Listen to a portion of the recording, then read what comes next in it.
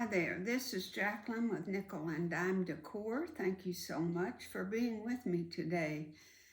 I finished a little log cabin quilt for the great-grandbaby, and in the next segment here I'll show it to you. It turned out real sweet, and I think it was a good deal that I made that. Several of my fans and viewers have asked for information on this book, Creative Log Cabin Quilting. That's where it come from, that one we just made.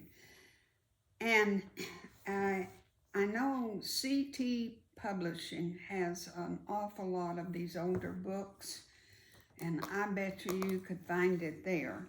The reason I'm telling you that you might want to get this because the next one that I make is going to be out of here also. I'm going to show you that. I have a great-granddaughter this time coming in about October. This is called Crazy Logs Kids Quilt. And I have always wanted to do a crazy quilt, always. Well, look at this precious thing. Isn't that cute? Look at all of the colors. I don't know if I'm going to use, you have yellow centers, and I don't know if I'm going to change that to something else or use it yellow. But here is your block. They give you the pattern, and you print off. If you have a printer, you have to make 30 of these because it's paper pieced. And I've done one little, what do you call it, little wall hanging. Well, it was really for the door. It was a 4th of July thing, flag. And it was paper pieced, and it was so intricate, 1 inch and 1.5 inch.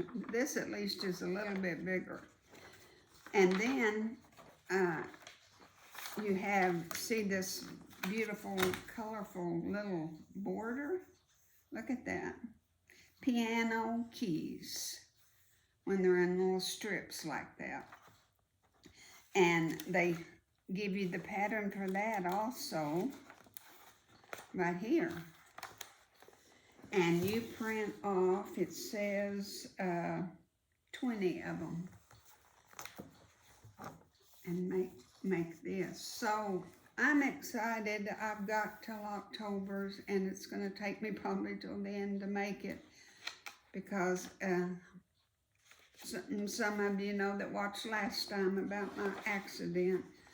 So Crazy Logs Kids Quilt is next. Beautiful, fun little quilt. You know, you could use practically all of your scraps up doing this. It calls for fat quarters, but you can use up as long as you have 20 inches, because you cut your strips into 2 by 18, 2 inch by 18 to do this block. And then your outer, see the green, that's the outer pieces, and those are 2 and 3, let's see, 3/4 by 18. So that's how you get that block. And then your little yellow squares are you cut 2 by 2. So it's just a wonderful scrappy quilt that you could put together. And you've got, it's your sashing is sewn. I was reading the instructions, and you put these single strips in on the rows. After you get your blocks made, you put 1, 2, 3, 4 across there, across the first strip. And then this one, you make a strip that long on the length one. But we'll talk about it later. It's going to be fun. I just wanted to give you a preview, and if it's really something you'd like to do, paper piecing, you need to order the book so you can have the pattern.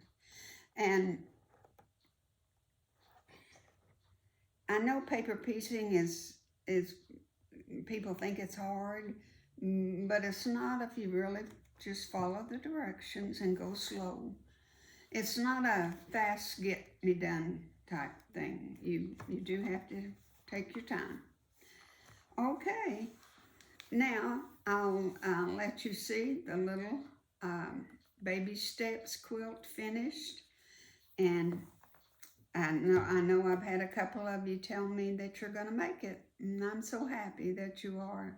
You will enjoy it. It was so simple. And anything simple to me is enjoyable. The faster, the better, but yet you want it to be fun. You want it to be fun.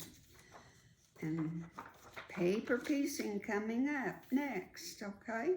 All right, God bless.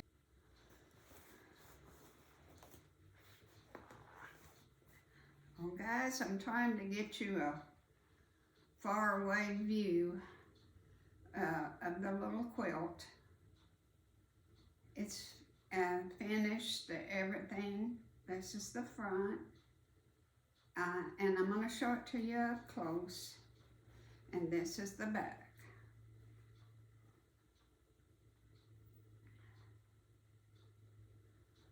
Now, I'll walk up here to you so you can see the pretty stitching and how it all worked out. Now, when you brought this over, you know, to make our binding, I had to do more than an inch. It was almost 1.25 inches. And you might have to, when you do the corners, when you're folding it under 1/4, I took out 2 or 3 stitches right here to be able to fold that under good and make it look good. So remember that you've got to, you know, you got to compensate a little bit in this corner to get that 1/4 inch folded under good. So I took out at least 2 stitches. Now I want you to look at my stitch for the border. Isn't that, it wasn't called a TopStitch. It really didn't have a name, but it goes back and forth. It's double. So it does serve the purpose as a TopStitch, but it looks so good because a regular stitch would have just got lost. So I'm really glad that I did that.